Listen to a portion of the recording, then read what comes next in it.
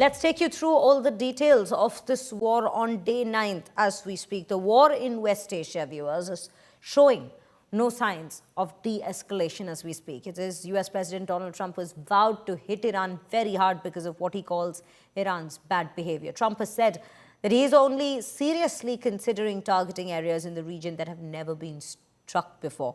President Donald Trump has threatened today that Iran will be hit very hard, a warning that we've been hearing of since yesterday, which only brings us to wonder what is next on that hit list and target list.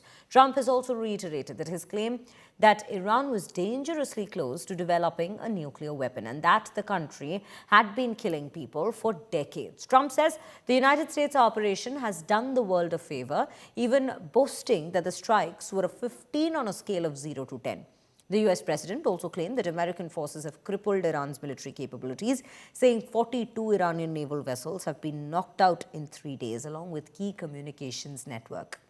Tehran, however, is refusing to back down after rejecting all calls to surrender. Iran has warned that attacks on Iranian infrastructure will warrant grave consequences as a part of what it calls legitimate self-defense.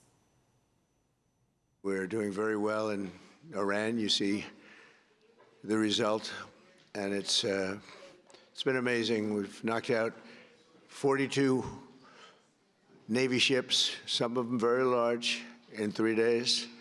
That was the end of the Navy. We knocked out their Air Force. We knocked out their communications, and all telecommunications is gone. I don't know how they communicate, but I guess they will figure something out. It's not working out too well. And they're bad people. They're just bad people. When you look at October 7th and beyond October 7th, look at all the killing that they've done over the years, for 47 years. And this had to be done. They were very close to a nuclear weapon. They would have had one if we didn't do our B-2 hit, Midnight Hammer. They would have had it 8 months ago. They would have had a nuclear weapon, and, you know, they're crazy, and they would have used it. So we did the world a favor. And they said, well, how are you doing on a scale of 0 to 10? How are you doing with the attack? And I said, about a 15, I would say, with 10 being the best.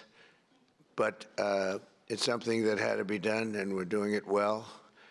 And I want to thank everybody involved. Accomplished more in 1 week than anyone thought possible. We've wiped out their Navy, 44 ships.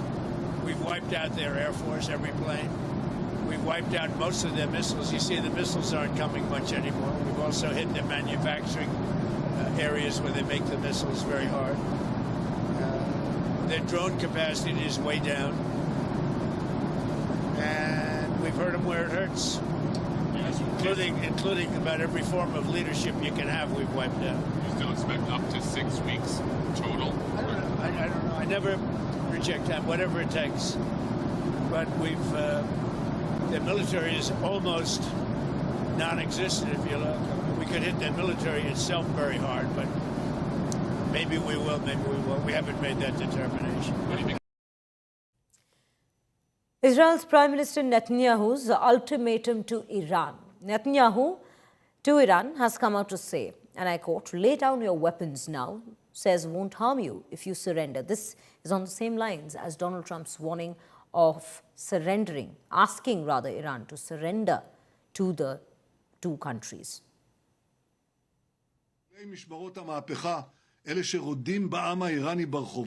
Revolutionary Guard operatives, those who oppress the Iranian people in the streets, I say this to you.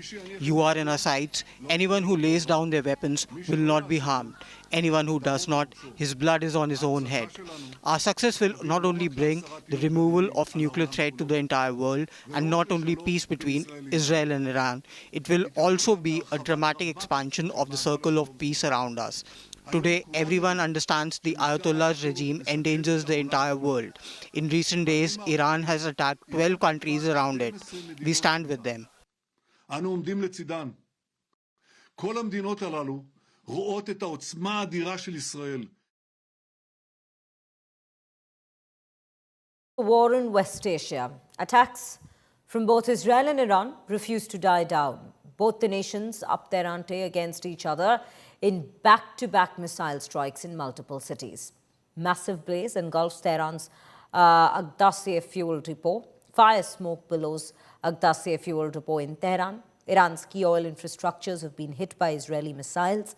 Israel's Prime Minister Netanyahu has given an ultimatum to Iran to lay down their weapons and that they will not be harming them if they surrender now. High-rise buildings on fire in Kuwait City as Gulf states face wave of drone attacks from Iran. Flames seen leaping into the night sky as a massive fire tears through a high-rise building in Kuwait City early on Sunday. An Iranian drone targeting the heart of Bahrain's desalinization infrastructure caught on camera with smoke rising from a facility that powers the very water supply to Bahrain. With each passing day, the attacks and counterattacks, viewers, are only intensifying with no de-escalation being in sight so far. Shweta, both the sides refuse to back down, be it Israel or Iran, and we're learning that in the latest, Israel has now struck the Isfahan airport in Iran. Yes, Anjali. In fact, there have been reports to that extent, and Israel is the one that is claiming that they have struck the Isfahan airport.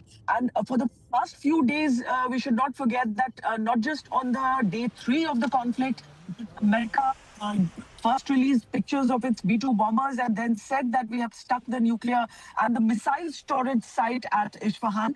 But again, yesterday, Isfahan came under a lot of attack from the Israeli forces. Iran has been attacking Israel also in retaliation. And last night, even in Jordan, I could see a lot of interceptions all night long, as well as the West Bank and Jerusalem, as I cross it right now, the part of the Palestine that is governed by Israel. So in this entire area, there have been occasional sirens suddenly going off. And a while later, there have been alarms saying that now everything is okay. But it is an intense battle. There is intense shelling done from the side of Iran as well, and from retaliation from Israel, and pinpointed strikes at places in Iran, especially Isfahan. They have been told to suffer more losses today after Isfahan's airport was struck, and the fighter jets have been actually snowballed on the ground. You would remember that on the second day of the conflict, Israel had struck on the entire fleet of F-4s that was parked at the airbase. Before they could take a flight, they were just they were demolished on ground. And now again, in another fresh wave of attacks, the Iranian Air Force has come under attack. All the fighter jets have been destroyed, and so it's been claimed by Israel so far. The F-14s that have been on the ground have been struck. It was a broad wave of strikes that took place, and the Israeli force struck the military compounds within the regime, which had the F-14 aircrafts. Anjali.